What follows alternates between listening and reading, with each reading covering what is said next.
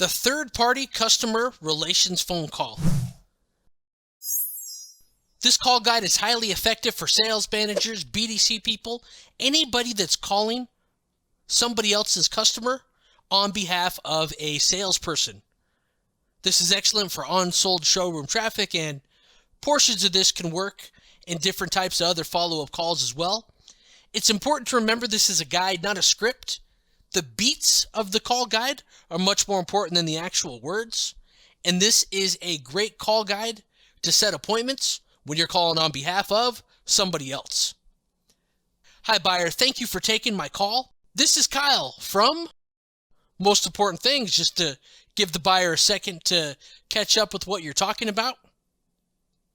Third-party information. I work in the customer relation department, or I'm one of the sales managers and wanted to call and just say thank you for working with our dealership. I call people from sales and service just to make sure that they had a good experience. It looks like you worked with sales, right? And saying that you're third party, you're calling just to thank the person. You call people from sales and service. This lowers the defensiveness of the phone call, makes it feel like it's not a sales call, and you're really calling just to make sure somebody had a great experience. The pause is very important here. If the person had a bad experience, they're probably going to tell you. If the person bought a car yesterday, they're probably going to tell you. There is a lot of information that's going to come out of just that slight pause, and it's important to let the customer talk. Finding the car deal. Who all have you been working with? Or, it looks like you're working with Brad, right? Have you been able to find a vehicle that you liked? Have you had a chance to test drive some vehicles? Have you been given estimates on pricing? What are you driving now? Have you had your vehicle appraised? Now, chances are you have the entire car deal sitting right in front of you. If you're worried that the customer didn't like the salesperson for some reason, this is more if you're a sales manager, you could just say, "Oh, who have you been working with at the dealership?" That gives the customer a chance to voice their concerns if there is one. Have you been able to find a vehicle that you liked? Are we on the right car? Have you had a chance to test drive some of these vehicles? Did you do a demo when you were at the dealership? All of these questions are way deeper than they may seem at the surface. Have you been given estimates on pricing? You know they got written up. You got the deal in front of you. Why are you asking that? Because have you been given estimates on pricing? You are asking if they think the price is too high. You're giving them a chance to talk. What are you driving now? Have you had your vehicle appraised? When you're asking this, maybe there's another trade-in that we haven't looked at.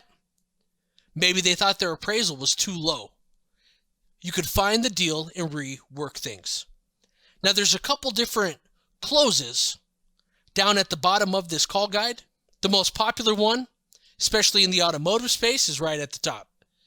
If there was one thing that is keeping you from moving forward, what would that one thing be? If there was one thing that was stopping you from moving forward on the truck, what would the one thing be?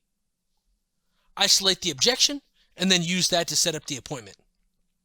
Or, the reason you're deciding to hold off on the truck right now, is it because you're not sure it's the truck that you're looking for, or does it have something to do with the money? Well, I don't like the truck. Okay, well then what would work? Or, if they say money, when you're saying it's the money, what part of the money? The pricing, the down payment, what we gave for your car? What part of the money don't you like? Or, because you're calling on behalf of somebody else as a third party, you may just say this. You know, it's so important to me to make sure that you get what you want. And I'm here just to help. What can I do to help with this? And get the answer. Now, before the closes, in the Find the Car Deal section, they may tell you what it takes to put a deal together. Have you had your vehicle appraised? Yeah, I had it appraised. You guys were $700 too low. They may tell you what is going to be necessary. The biggest thing with this is to start fresh, start clean. Don't start out assuming that you know what the objection is, especially if you're just going off of the CRM notes or what you heard from the salesperson. And the customer may have said one thing when they were at the dealership, and then it could be something else completely different now that is holding things up. Start it fresh, start it clean, find the car deal, have a positive attitude, and you're going to set a lot of appointments with this call guide.